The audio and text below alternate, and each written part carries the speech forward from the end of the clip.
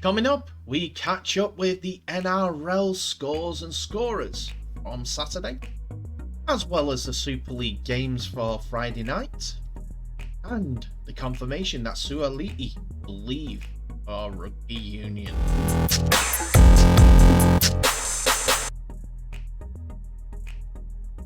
Hello ladies and gentlemen, and welcome back to the channel Held Dominance. Anthony here. Please remember to like and subscribe, and also click that notification bell if you're enjoying what you see and if you want to continue seeing more. Also, please remember I'm running my Buy Me a Coffee campaign, so if you click on the QR code it will direct you to the right page and you can donate towards a future rugby league project. Anyway, let's begin with our show, and we are going to begin in the Betfred Super League, as there were 3 games played last night on Friday night in the UK, and I'm going to give you a quick rundown of the scorers and reports from each of the games. So the 3 games that we're looking at are Wakefield Trinity versus Hull KR, Wigan Warriors versus Salford Red Devils, and Castleford Tigers versus Warrington Wolves. So the first game that we're going to look at is Wigan Warriors versus Salford Red Devils, as Wigan Warriors and Salford are both looking to strengthen their top 6 credentials when the sides clashed at the DW Stadium live on Sky Sports. The Warriors had won 3 of their 5 opening games of the season and are currently 3rd in the Super League standings, Salford in 4th. After kicking off the campaign with defeat at Hull KR, Matt Peake's side responded in emphatic fashion, whitewashing both Wakefield and Castleford. Beating both sides in a grand total of 96 points to 0 points in those 2 games, the Warriors set up nicely a home clash with 2021 Grand Finalist Catalans Dragons. Despite the positive results, Wigan ended up losing 18 points to 10 to the French side in torrid conditions. Pete and his men returned to winning ways last weekend after coming from behind to beat Huddersfield. However, their tough run of fixtures continue, with informed Salford coming to town. While the Red Devils may be in the midst of a 6-match losing streak against the Wigan in their last games against Wigan, their strong start to 2023 suggests their close game is on the cards, with Paul Rowley's men, as I said, 4th in the table and level on points with Wigan after 3 wins from their opening 5 matches as well. Salford kicked off their campaign with a win over Leigh and endured back-to-back defeats against Hull KR and league leaders Warrington, but since then Salford have impressed with a 60 points to 14 demolition of Hull FC, while showing cold blood in their Golden Point extra time win over bottom of the table Wakefield.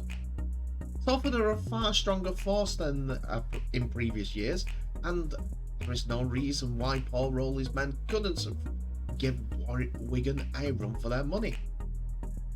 Unfortunately for Salford, it was Wigan's day, but they did give Wigan a torrid time in this 20 points to 16 victory for the Warriors. The match started off with a penalty from Harry Smith on the 5th minute before Ken Seo went over on the right edge after some good work from Ryan Briley, a good kick while being tackled. This was converted from Mark Sneed, and it was 6 points to 2 in the away side's favour, before Bevan French came to the fore and threw an audacious dummy to run through to score underneath the sticks. Harry Smith kicked the conversion to make it 8 points to 6 in Wigan's favour, before Mark Sneed kicked a penalty on the 35th minute.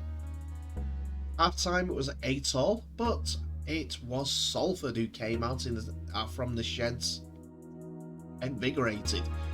After defending manfully and being desperate to get the ball first, Ken Seo, in the first attack for Salford, got on the end of an over-the-top ball from Brodie Croft so that he could score on the right edge yet again. Sneed nailed the conversion, and Salford were looking good at 14 points to 8. The score was extended via the boot of Mark Sneed once again as he kicked a penalty on the 56th minute.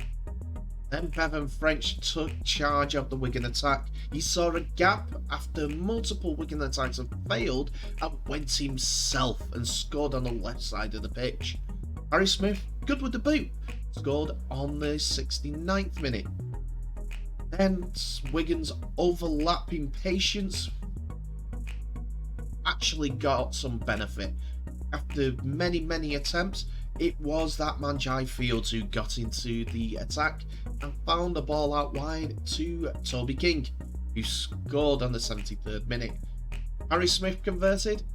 In this hard-fought game, Wigan came out victors, 20 points to 16.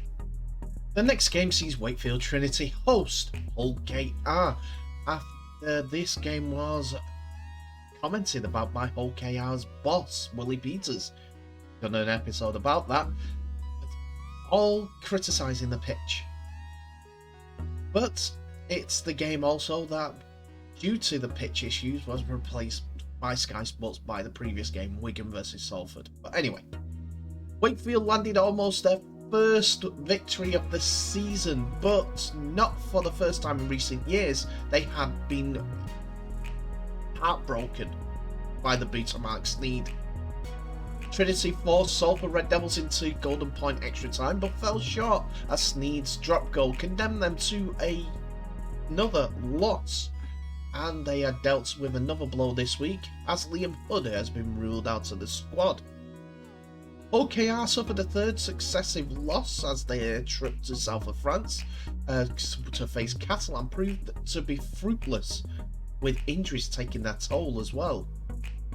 Rovers lost 3 players to concussion protocols within the first half of the contest, and Jordan Abdul, Dean Hadley and Frankie Holton are all set to miss out as a result. They do welcome back Kane Lynette, who is managing a knee injury as well at this point. But it was Wakefield that suffered another loss as they were beaten 34 points to 6 against the Robins. The try scoring was opened on the 13th minute by Wood, and Lewis Senior went over on the 19th minute. Tom Opachich on the 24th, before Kane Lynette got a try for himself just before half time through the boot of Lachlan Coote. For the first time in the half, Lynette's try was converted for an 18 points to 0 lead going into half time. In the second half, it was Mikey Lewis who got over the try line, which Coote converted, with Minchella following up on the 54th minute with another converted try. Then Wakefield got their points on the board with Zach Whitbread going over for a try and Mason Lino converting. Tom Opachich finished off the scoring on the 72nd minute, which leaves Wakefield at the foot of the table. And the final game of Friday night saw Castleford Tigers host Warrington Wolves. Warrington had top of the table and are looking to continue with that as they maintained their perfect start with a 5th straight success, and they got the better of Lee Leopards in a straightforward victory last time out. Darren Powell's men have shown few signs of abating, and he will be confident of another win against his former club, but will be forced into at least one change, with Josh Foulis out with a head knock. Castleford last week dug deep to overcome Leeds Rhinos and earn their first win of the season in what has been a massive relief to the club during the week. The victory will have done interim head coach Andy Last no harm in his efforts to land the job permanently, but this will be the big test of his credentials, especially as the injury list is mounting. Danny Richardson has been out for most of the season, Niall Evans recently. Mayahe Fanua is out with a head knock, and George Lawler continues to be absent after last week's exploits. But how did the two teams get on? But it was Warrington who came out with the victory as they go 6 from 6 at the start of this Super League season, 38 points to 0. And Castleford were nilled for the second time this season. Warrington Wolves had Sam Cassiano going over for the try on the 7th minute, which Stefan Ratchford converted, which he converted all 4 tries in the first half.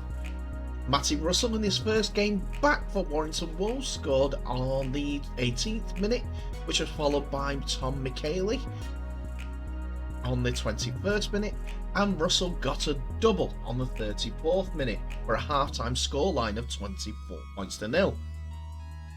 Paul Vaughan continued his recent vein of scoring tries, scoring on the 52nd minute, which was unsuccessfully converted, as was the Williams try on the 56th minute, before Matt Duffy went over for the try on the 61st minute, which Rashford converted to complete the scoring. The game fizzled out after that, but why put on the accelerators after a clear nilling by Warrington Wolves?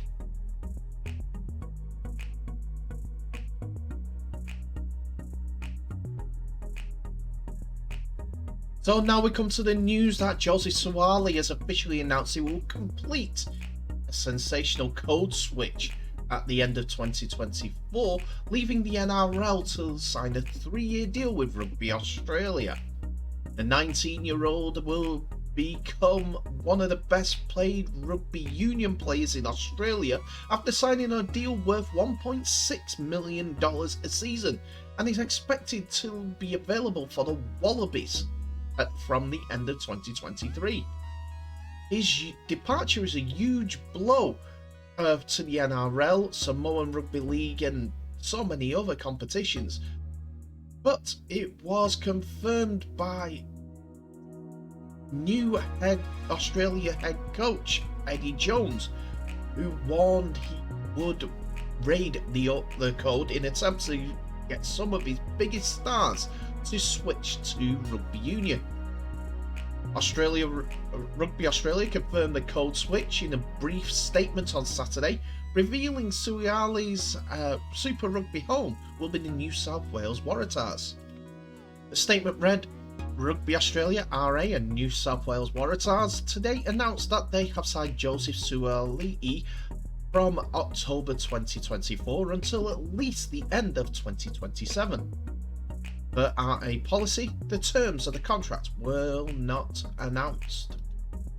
Sua'ali'i has also played rugby union for Penrith RSL, Eastwood and Northern Barbarians before making his NRL debut for the Roosters at the age of 17 in 2021. There was many a comment from all different sides, with Rugby Australia chairman Hamish McLennan commenting, "Welcome back to rugby, Joseph." After days of speculation over his future, the Roosters were informed that by Sua'ali'i even, he will not be remaining with the team beyond the end of his current deal, which expires at the end of 2024. In a statement from the Roosters, it said, the management of Joseph Aukuso Sua'ali'i have informed the Sydney Roosters that he will be departing the club at the end of the current contract term. Sua'ali'i is currently contracted to the Roosters until the conclusion of the 2024 NRL season. His current Roosters head coach Trent Robinson was adamant Sua'ali'i will remain fully committed to the Tricolours for the next 2 seasons ahead of that switch. Joseph has been transparent with the club and will respect his decision, he said. He has made his commitment to the Roosters club for the next year and a half crystal clear, and we're excited about the path we're on. A point made in this statement by Sua'ali'i himself. The Sydney Roosters have been great to me and my family since I got here, and the club is always going to be a big part of me. There's still a long way to go in my journey with the Roosters, and my sole focus is working hard every day to keep improving and performing my role for the team, he added. There is aim by Rugby Australia for having Jose Sua'ali'i to play for Australia against the British and Irish Lions in 2025 ahead of the Rugby Union World Cup in 2027. Sua'ali'i's move will be rugby's biggest coup out of the NRL in 2 decades, following the likes of Matt Rogers, Wendell Sailor and Lottie Tukiri all crossing codes in the early 2000s during Jones' first stint in charge of the Wallabies. However, the former England coach insisted he played no role in convincing Sua'ali'i to swap league for rugby union. He's only worried about the World Cup, he said, as he had no idea that the move had come about. Interesting times again as rugby union are looking over the fence at rugby league's top talents. It's going to be an interesting couple of years as Eddie Jones set about telling rugby union players they're not good enough for looking at rugby league players. As in point with Joseph Sua'ali'i.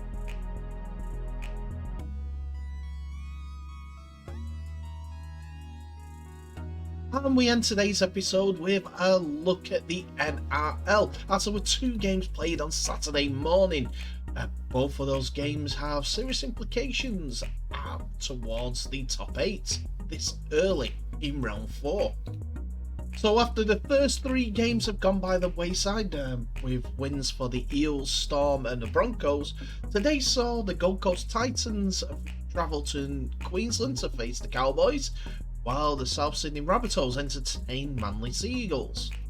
We start with North Queensland playing host to the Titans in a second Queensland derby in round 4 of 2023, and will bring the same amount of rivalry as the much anticipated clash between Dolphins and the Broncos. The Titans have been bouncing into training this week, full of confidence after running in 3 tries in 7 minutes to defeat Melbourne last week, while the Cowboys will be hoping to make amends with their fans after failing and falling to the Warriors at home. The Cowboys have struggled to produce an 80-minute performance in their opening 3 games, with only 1 second-half score compared to the 7 conceded, and coach Tom Payton will be hoping to shore up their defensive efforts ahead of Saturday's Queensland derby. Meanwhile, Justin Holbrook's Titans have been one of the surprise packages so far this season, sitting 6th in the ladder heading into round 4, with a barnstorming forward pack laying the platform for halves Kieran Foran and Tane Boyd to enjoy some freedom in attack. But the Gold Coast men will need to find another gear if they're to overcome the Cowboys faithful, having only one of their 10 matches in Townsville being a victory. Expect plenty of great clashes in the park, with Tino Fasamalawe and David Fafita squaring off with Ruben Cotter and Cohen Hess, while Tom Dearden and Chad Townsend against Boyd and Foran in the half should be an intriguing battle between the speed and experience. So how did that game go on? Well, it was the Gold Coast Titans who started the stronger, with Alafina Khan Pereira scoring on the 3rd minute, which Tane Boyd converted. Then Tane Boyd got a penalty to give an 8-0 lead after a 2-on-1 strip. Jeremiah Nane went over the try line on the 35th minute, with Valentine Holmes scoring on the conversion to make it 8 points to 6 at half time. The experienced James Tarmogue scored the opening try the second half, as he went against the grain and found a gap on the right edge near the posts and arced run through it to score. Again, Valentine Holmes was successful with the boot before Holmes got on the try scoring sheet himself. This was a fantastic length of the field try after intercepting a Gold Coast Titan attack. He added the extras, and it seems like the Cowboys were coming out with a substantial lead at 18 points to 8. The Titans did get on the scoreline sheet straight after, as Khan Pereira received the ball down the left wing. He had enough pace from 25 metres out to outstrip the would-be tacklers of the Cowboys to score right in the left corner. Gold Coast went down Sorry, the Cowboys went down to 12 after Jeremiah Nane was deemed to have twisted and lifted the Gold Coast attacker in a bad position so that it landed on his head. He was put on report and sent to the sin bin for 10 minutes. And we come to Tom Chester's try to close out proceedings for the Cowboys, as on the 72nd minute he is deemed to have ground the ball. This after an offload bounced in his face, then he couldn't catch it so he decided to kick it. The Gold Coast defender couldn't keep hold of it in the tackle, and Chester reached out to get his little and ring finger on his left hand on top of the ball to deem it enough of a downward pressure. Valentine Holmes added the extras, and it ended 24 points to 12. Saturday's final game of round 4 saw South Sydney Rabbitohs take on Manly Sea Eagles in what is a clash that should be a top 8 fixture. The Sea Eagles are undefeated, the Rabbitohs have a home advantage, but everything will ride on the battle of the Top Gun fullbacks, Latrell Mitchell and Tom Trbojevic, in Accor Stadium on Saturday night.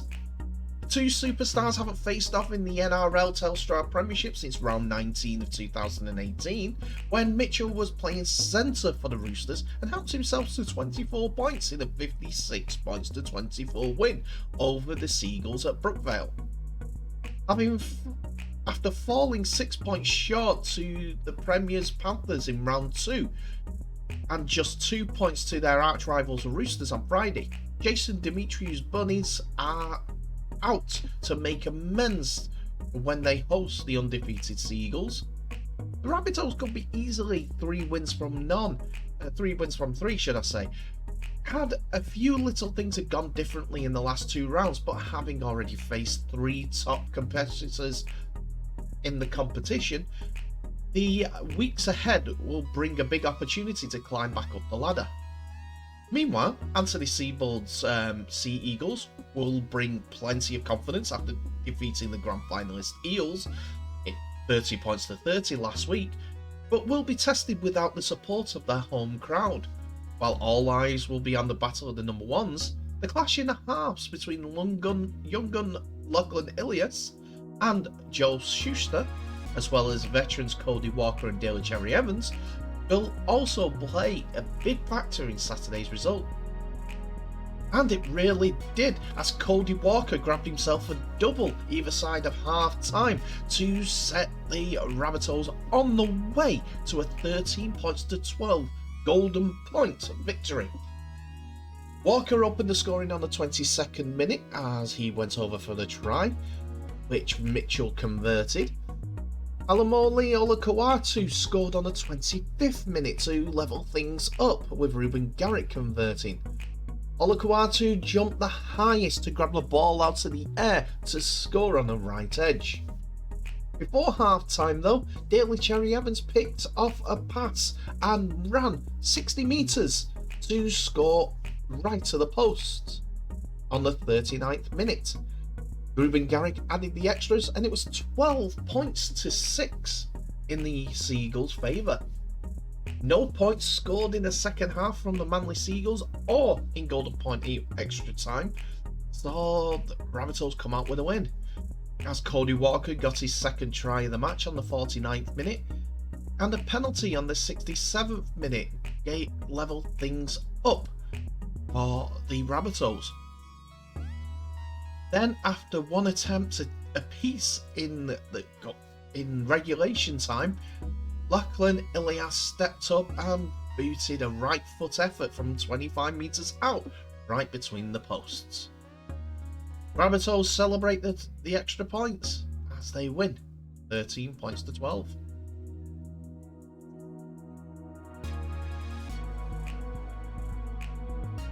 And thank you so much for watching. Please remember to like, subscribe and share this video worldwide, as well as clicking on that notification bell for any updates on new videos that may be coming your way in the near future. Tell me what your thoughts are on today's episode in the comment section below, as we're open for business, and business has been good with you guys involved in the Discord. I want to thank you again for that. I enjoyed the conversations. Let's keep them going. Tell me what your thoughts are on the stories today, as Wigan get the win over Salford. Salford played really well. Warrington stayed top after their victory over Cas. Cas just getting in the trenches yet again, I'm afraid. And also Joseph Sua'ali'i leaving with the NRL games going on. We also didn't mention Wakefield, bottom of the table against OKR. Tell me what your favourite point of the weekend has been so far, and as there's 3 more games in the NRL and 2 more in the Super League that we're yet to cover. Plus we need to catch up with the Championship at some point. Anyway, thank you so much for watching. Please remember to share this video worldwide. Now in the episode, as I always do, by wishing you all the very best. So please stay safe, and I'll see you in the next episode.